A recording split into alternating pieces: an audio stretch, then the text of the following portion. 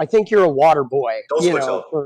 Water boy for patriarchy and capitalism and whatnot, right? And sort of regressive ideas about manhood. And which is why the teenage audience like consumes it so much. You got these young boys that are like grappling with feelings of powerlessness, and you come in and offer them like the ultimate machismo ideas of like how to be a man, but you're so off base, bro. It's like, it's tragic, really. So you think that I am inspiring the youth of today, the masculine youth of today, to become men, and you think that's a negative thing? Why? No, I don't think you're inspiring them to become men, because like real men are in touch with their emotions and their vulnerability and don't need to be like wielding and taking power. Real men are self-aware, and you come in offering them like somebody that they can follow, where you want to be like the savior, the guy, the badass. If you're a man who's in touch with his strength and his masculine power, why does that mean you're not capable of reflecting inwards and being self-aware? They're not mutually exclusive. Well, apparently for you they are, though, because on the one hand you talk about how you made your first million while exploiting women on webcams. Correct. And then you post on the Instagram post about how you and your brother are going to bring purity back to women. So yeah, you absolutely lack self-awareness, because you yourself admit you made your initial money on sort of like you profited off the supposed impurity of women around sex. All right. So first thing, the word exploiting is an incorrect use of language, because I've never exploited anyone in my life. Well, let me ask you this. When you made your first million with the women in the webcams, how many of the women who were on those webcams earning for you, how many of them are millionaires now?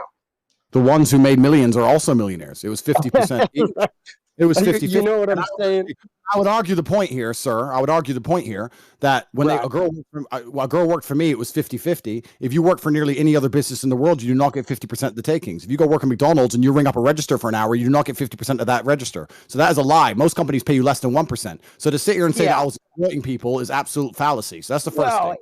It's like, so that's the first fallacy. I've let you talk. Now it's my turn.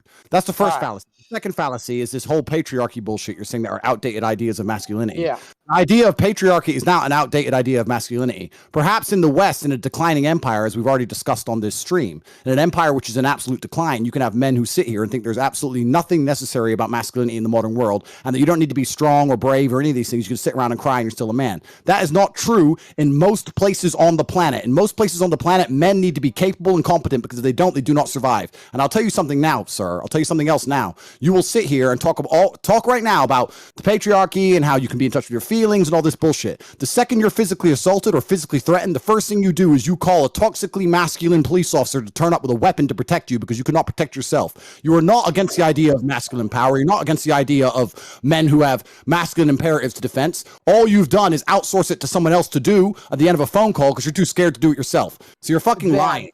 You're lying. No, that's absolutely incorrect. You don't want to do them yourself, and you hope everyone else does them for you, so you can sit around and play fucking video games. See, the point I posit is there's more than just physicality with men. And you talk about exploitation. You absolutely exploit people with your affiliate links. That is exploitation. Like I, as well as Bucky and Clicks, know, anybody who's an influencer knows that affiliate links are total bullshit, because basically you give an affiliate link to somebody who promotes you and he makes a little money off of it, but you're getting free advertising. That's exploitation. No influencer is going to take an affiliate link position, because it's absolute exploitation. Like you practically exist on it. Now, cool. the idea of manhood is you can talk about like purely physical strength. Like, first off, if I get assaulted, I'm probably not going to call the police, okay? Because the police aren't actually very adept at actually solving crimes, right? They don't function very well in the actual solution of crimes. They show up later and just sort of muck up the business. Correct. Right? So I agree with that. So how would you defend yourself in the effect of an assault? You just lay there and take it? Well, so it would depend on the assault. I would probably remove myself from the situation, right? Obviously, that's not something that's going to be applicable to the scenario we're doing here on the stream. We're not going to pretend you can run away, because that just defeats the point of the question. Well, what are we? Are we here to talk about some hypothetical assault? No, we're not here to talk about. 99% of Americans never even encounter a violent crime. We're not here to so talk this about whole hypothetical machismo assault. thing is like nonsense.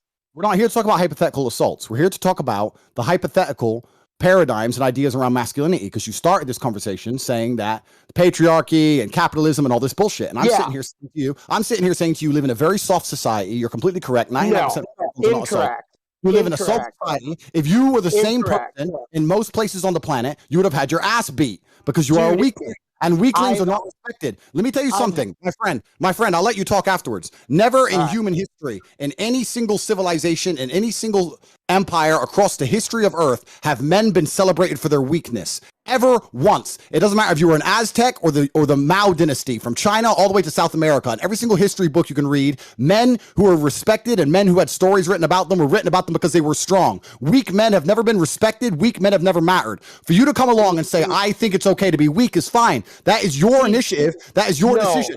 But the reason you have done that is because you lack brave. You lack balls. No, you lack bravery. Lack balls. Dude, I have more balls than you'll ever have, boss. Because you're changing the goalpost here, because you're the one who's sitting here calling emotional strength and emotional vulnerability. You're defining it as weakness. But it's not. All forms of strength are important. You're saying it's that. Not. Yes, it is. Physical strength is just as important as emotional strength. Emotional strength is actually more powerful than physical strength. Because the fact of the matter is, no matter how physically strong you are, somebody bigger could come along and beat your ass. But it's emotional strength that helps you survive the ass beating. You're not right. Physical strength. I know what I'm right. You're right. That's a good point. You're saying, so when someone comes along to assault you, you won't call the police afterwards and you won't fight back. You'll lay in a ball, you get an ass kicking, but you're emotionally strong enough to just deal with the fact that you got an ass whooping in front of everyone. You're weak. And that's fine, and everyone should be like you. And that, you know what we call, I'm not saying people like you are called in most places in the world. People like you are called in most places in the world. They're called victims. We're called prey. Studs. You're a prey. We're called studs. And let me tell you something. When I inspire men to grow up and be their biggest, strongest version of themselves, emotionally, mentally, physically, in every single realm, that is not a negative thing. There's nothing wrong with a man being big and strong. And let me tell you one more thing. We're sitting here talking to professional video game players. You're a professional Fortnite player yourself. I am. I don't know how the game works. I've never played the game. And I was a professional musician and a director. I've done a great many things. Perfect. Good. And you're obviously a successful, smart individual. You're obviously mentally intelligent, right? I'm not talking about, I'm not saying that just because someone's strong that they don't have to be mentally adept. I'm not saying that somebody doesn't have to be emotionally adept just because they're strong. I'm not saying that. I'm saying that physical strength is also an important thing. But let's look at the video game Fortnite, which I've never played. It might be incorrect. But if you have stats on your character, you're going to try and max out your strength character. You're not going to have a character which is weak.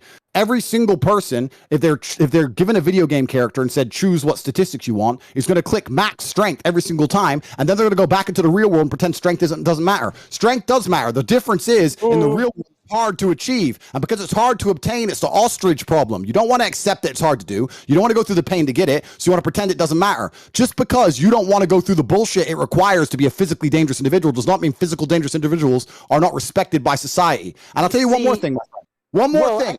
One more thing. Right. If me and you were to stand side by side in front of 100 women, in front of 100 fucking police officers, 100 fucking enemies who want to kill us, whatever it is, they would all choose to fuck with you before they choose to fuck with me. Because they'd look at me and I have a certain status and a certain presence which comes from my physical stature. Not just because of my capability, but because of the things I've gone through to become this physical specimen of man. They know I'm not the kind of guy who you really want to mess with. They look at you and go, he is a victim, because that's what you look like, my friend, and that is your own choice. See, that's just it, though. The only reason they would choose you in that element is because of the patriarchal fucking male-dominated society that we fucking go. Here we go. All right. Here's the deal, Andrew. This is fun. No.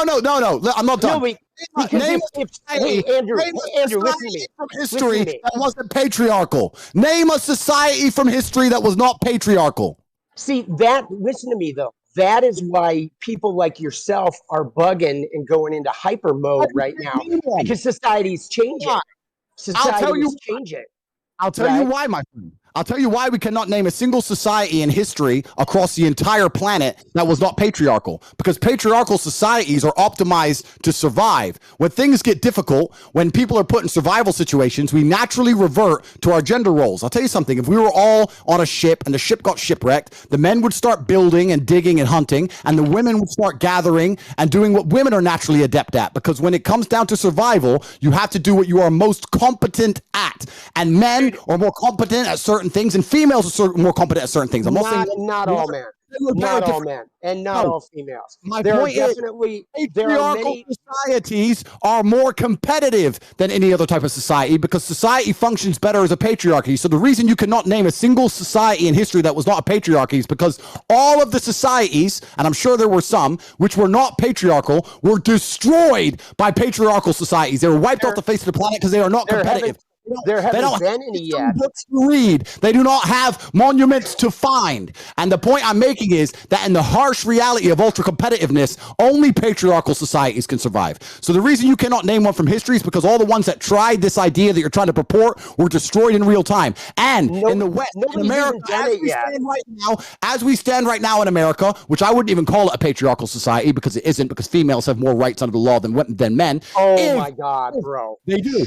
And I'm telling you now, are so clueless. As America falls apart and the patriarchy is disintegrated, all that's going to happen is that other countries like Russia, like China, like countries which are still patriarchal will remain more competitive than the West, and you're not going to fix the world. America's just going to end up a third world shithole. So throwing the fucking patriarchy away is going to fix a fucking thing. You live in a clown world, my clown world. Yeah, no, I don't. I mean, I do live in a clown world because there are people like you that are sitting there like pushing this inane philosophy. So yeah, I get it. I accept that. But first off, we haven't seen a non-patriarchal society yet. We're definitely moving toward it. And if you want to look at America and look at some of the problems with America, like what problems do we have? Well, there's an enormous wealth gap. You mentioned the Roman Empire earlier. The Roman Empire didn't fall because of laziness. It fell because of overconfidence, because of an income gap between the richest and the poor, and because of political corruption. All three things that are sort of happening in America right now. So absolutely, America could fall, but it's not because men were turning soft, right? The idea of men being soft, the idea of men being soft, Andrew, is a battle cry of men who see that purely physical stature is no longer the only defining quality. Because like you said, they could line me and you up, and all those brutes like the cops or somebody looking for pure strength would choose you to defend them. But anybody who was from a marginalized group that was looking for an emotional defender, those people would pick me, right? And they wouldn't pick the muscular guy because they know that I have the inner strength to actually have an openness and a vulnerability that can relate to them and that can help them find that empowerment in themselves. I don't want to train people to be sheep. All you know what I mean?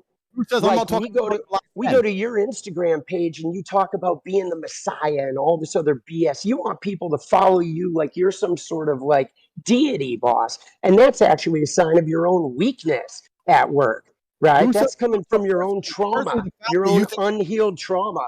Firstly, the fact you think that you're talking to marginalized people more than me, it doesn't even make sense because I'm talking to groups of people, you're talking to groups of people, and both of them includes marginalized communities. Secondly, the fact that I am actually mixed race, that I grew up in the south side of Chicago with my father. Absolutely.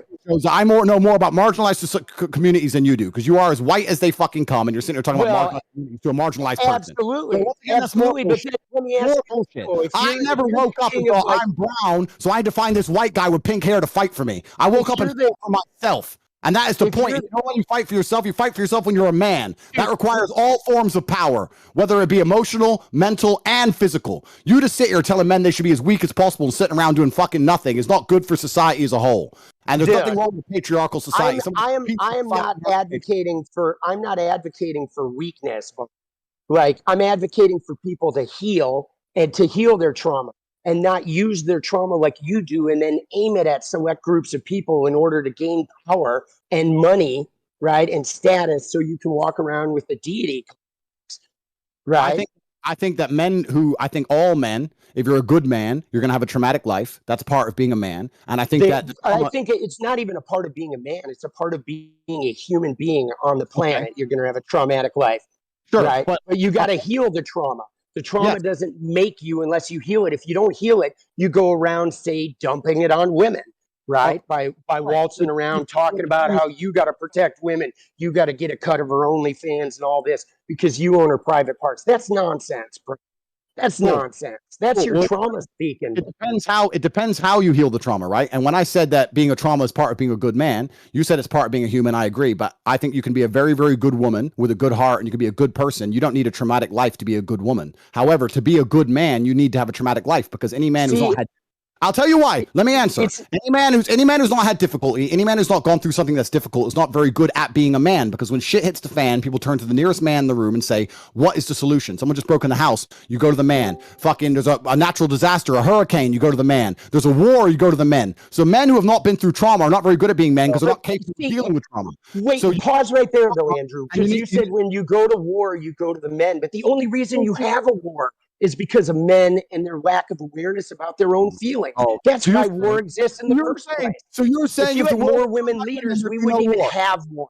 Okay, so if we had more women leaders, we wouldn't even have war. Men literally are responsible for war by a lack of emotional awareness. That's how it starts. Interesting. So let's make this the final point before we move on. You just said that if all the leaders were women, we wouldn't even have war. I said if we had more women leaders, yes, there would be less war.